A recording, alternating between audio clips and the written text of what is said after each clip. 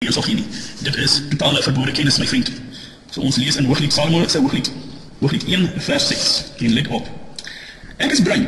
Nou hierdie dame beskryf haarself nou. Sy stel haar voor aan die dogters van Israel. Ek is bruin gebrand, maar lieflik, o dogters van Jerusalem. Soos die tente van Kedar, soos die gordyne van Salomo. Moenie na my kyk, omdat ek so bruinerig is, omdat die son my verbrand het. Die seuns van my moeder was 20 op my. Hulle het my aangestel as oppasser van die wingerde. My eie wingerd het ek nie opgepas nie. So wat sê Elise van ons in vers 6? Ons begin in vers 5. Ek is bruin gebrand. Nou ja, as jy wit vel het, kan jy bruin brand. Ja, jy kan tan, soos hulle sê.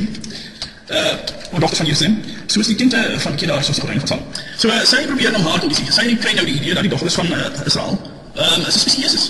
Hulle tree wat ons al beskryf as rassisties teen haar op. Deur haar agterdogter aan te kyk, wie is hierdie bruin gebrande dametjie? Is sy rasig of is sy pastor? Is sy regverdig haarself deur hulle te sê, ek is bruin gebrand, dis maar net ek het die son gespandeer. Ek probeer my nog self verdedig so. In vers 6 sê sy vir die dames, moenie na my kyk. Dit wil sê, moenie agterdogtig wees oor my gelaatstrekken. En sy verdedig dit deur te sê, omdat ek so bruin is. Omdat die son my verbrand het nie, die seuns van my moeder was 20 op my. Hulle het my as oppasser vir die kinders gebring. Hulle het my heel lang in son laat staan. Dis hoe ek so lekker tuin opneem. Jy weet, dit is die rede, plain en simpel. Ek is nie baster nie, ek is opreg. Nou ja, soos ons kan sien, was die aanvanklike Israelite erg rassistisch ingestel, soos wat die dame word beskryf, dat hulle daar skief aangekyk, soos ons al sê. Hulle het daar met agterdog aangekyk. So, rassisme was 'n groot eienskap van die karakteristiek van 'n opregte Israelite. Ons gaan aan met die bespreking van die rasgebondenheid, rassistische aard van Israel. Ons begin hier in Genesis 10, die afstammeling van die seuns van Noag, en ons weet dat die seuns van Noag is dan Jafet, Ham en Sem, en ons weet dat hulle allemaal blank was, soos hulle die aard uitgekom het. Maar dat die seuns gebore van die seuns van Noag sy jaar uitgekom het, was Kis en Israel en Canaan onder andere. Maar ons is bijzonder geïnteresseerd in die Canaan. Canaan, die basis, die patriarch van die Canaanitische nasies. Die land Canaan, wat Israel sou in besit neem na hulle 40 jaar in die woestijn gewandeld na uit Egypte. So ons lees in Genesis 10 vers 15 en Canaan was die vader van Sidon, sy eerstgeborene het, en die besite in Amalek en die Gergesite en die Ebite en die Arkite en die Sinite en die Arbite en die Samarite en die Amatite en daarna het die geslacht van Canaanite hulle verspreid. So hulle is in die area soort van geblom en toe hulle vermeerder het hulle met die Canaanite hulle self verspreid oor die hele area en hulle het toe gaan woon. En die hoofdzetel was Jerusalem geweest. Jerusalem was afhankelijk die hoofdzetel van die Canaanitische nasies. Die Canaanitische nasies spelen een kardinale rol in die ontleding van die aard van die volk Israël en dan ook in bijzonder met Matthäus 15 vers 24 waar die Canaanese vrou wat in Jerusalem was vir Jesus gevraagd om haar kind te genees en Jesus het dat geïgnoreer en so ook sy disciples. Om dit te verstaan hoekom Jesus in die Nieuwe Testament die Canaaniete ignoreer, moet ons die Oude Testamentiese context omtrent die verhouding tussen Israel as volk en die Canaanitische nasies verstaan. Nou, dit is it's like an onion. You peel away layers. Ons gaan stelselmatig al die layers wegskil om tot by die kerngedachte te kom wat die nasies betref. Ons gaan na Genesis 24 Rebekka word gevra as vrou vir Isaac. Isaac, die patriarch van die volk Israel. Toe sy Abraham aan sy dienaar, die oudste van sy huis wat hy die opzichte gehad het oor al die goed. Leed toch je hand onder my heup, en let goed op, dat ek jou kan laat sweer by die Here, die God van hemel en die God van aarde, dat jy vir my seun geen vrou sal neem, die dogters van die Canaaniete, onder wie ek woon nie. Baie belangrik. Onthou hierdie teksgedeelte, want dit gaan weer ter sprake kom. Dit is baie belangrik om die verbonde kennis van die woord van God te verstaan. Ons gaan na Genesis 26 vers 34. Toe Esau 40 jaar oud was, het hy die Judith, die dochter van Beri, die Hittite vir hom, nou die Hittite is ook die geslachte van Canaan, van die Canaaniete, vir hom as vrou neem, en Basmat, die dochter van Elon, die Hittite. En hulle was vir Isaac en Rebekka in bittere verdriet. As hulle nie geleergesteld deur hierdie daad van Esau. En ons lees in Genesis 27 vers, as is weer verder sê Rebekka vir Isaac, vers 46, ek is moeg vir my lewe, ek voel nie eens meer lus om te lewe nie. Vanweer die dochters van Het, as Jacob een vrou neem, die dochters van Het, soos hulle is, dit wil sê soos Esau, sy lot, die dochters van die land, waarvoor lewe ek? Ek meen, wat is die doel van die lewe as dit moet gebeur?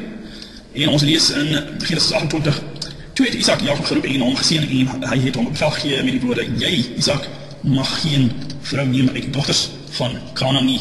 Goed, baie belangrik, dit staan in die Oude Testament en dit gaan reflecteer en dit gaan projecteer op tekste in die Nieuwe Testament, vooral in Matthäus 15 vers 24, waar Jesus geconfronteerd word deur die Canaanese vrou.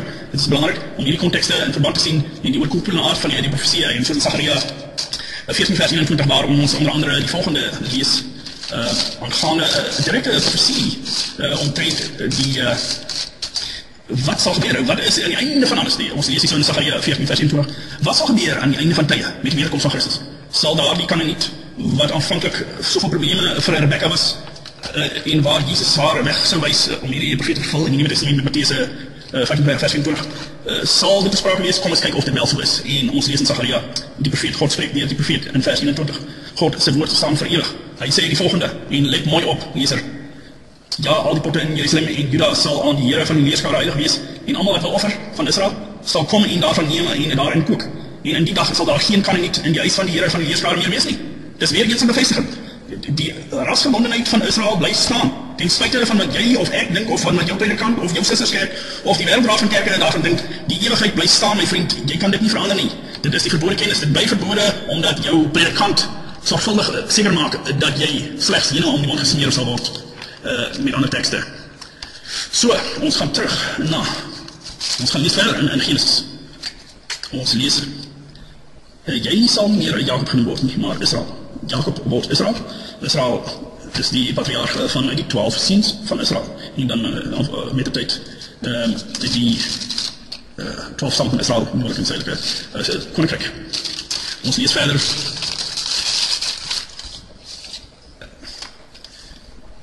Ons lees hier so in Leviticus 20 vers 24, en ek het vir hulle gesê, julle sal hulle land in besitting neem, dit was hier die Kanaaniete, en ek sal dit aan julle as besitting gee, ek sal aan Israel die land van die Kanaaniete as besitting gee, ek is die Here, hulle God wat julle van die volke afgesonder het. Kyk hierso, kyk hier staan dit, God wat julle van die volke afgesonder het, vir 'n rede, vir 'n goeie rede.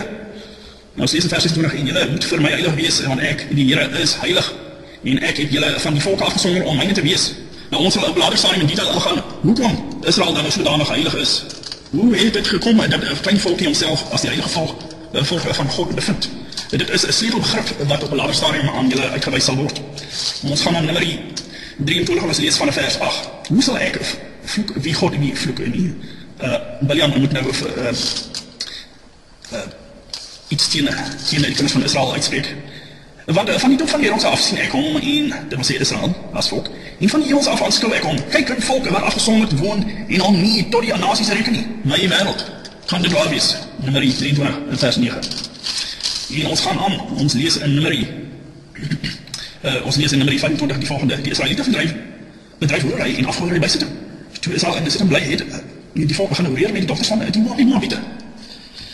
Die volk na die offers van hulle goede uitgenooi, en die volk het geëet en hulle neergebuig voor die gode. So het Israel dan gekoppel aan 'n Balkior, en die toorn van die Here het teen Israel ontvlam. Toe sê die Here vir Moses, neem al die hoofde van die volk en hang die oortreders op in die volke volle son en vir die Here, sodat die toorngloed van die Here van Israel afgewend kan word. My wêreld, so hier moet jy die leiers vat, die verleiers, en jy moet hulle in die volle son ophang. Daar het Moses aan die rigters in Israel sê, slaan elk in sy manne dood wat hulle aan Balkior gekoppel het. En daar het 'n man gekom om een uit die kinders van Israel en 'n Midianitiese vrou na sy volksgenote gebring voor die oë van Moses en voor die oë van die hele vergadering van die kinders van Israel, terwyl hulle ween by die ingang van die tent van samekoms. Toe Pinias, die seun van Elias, die seun van die priester Aaron, dit sien, het hy uit die vergadering opgestaan en 'n spies in sy hand geneem, en agter die Israeliese man aangegaan in die tent en hulle twee deurboor, die Israeliese man en die vrou in haar onderlyf. Daarna het die plaag onder die kinders van Israel opgehou. Wanneer het die plaag opgehou? Die oomblik dat die volk van Israel die vermoë ontwikkel het om aksie te neem teen rasvermengers. En die wat deur die plaag gesterf het, was 24.000. 24.000 mense. Dis nie 'n ligtelike taak wat aan Pinias opgelewer is nie. Toe het die Here met Moses gespreek en gesê, Pinias, die seun van Elias, die seun van die priester Aaron, het my grimmigheid van die kinders van Israel gewend, deurdat hy my ywer onder hulle geywer het, sodat ek die kinders van Israel in my ywer nie verteer het nie. Daarom spreek ek sluit my verbond met hom as 'n ewige vredesverbond, en dit sal vir hom en sy nageslag na hom die verbond van ewige priesterskap wees, omdat hy vir sy God geywer en verzoening vir die kinders van Israel doen. Nou, die groot vraag aan my vriend, ywer jy vir God in die verband? Weer eens, ywer jy soos Pinias met die spies in jou hand vir God? Ek sal ieder man nie die antwoord wil hoor nie, fluister dit maar in die geheim. Ons gaan voort. Nou, in Deuteronomium 7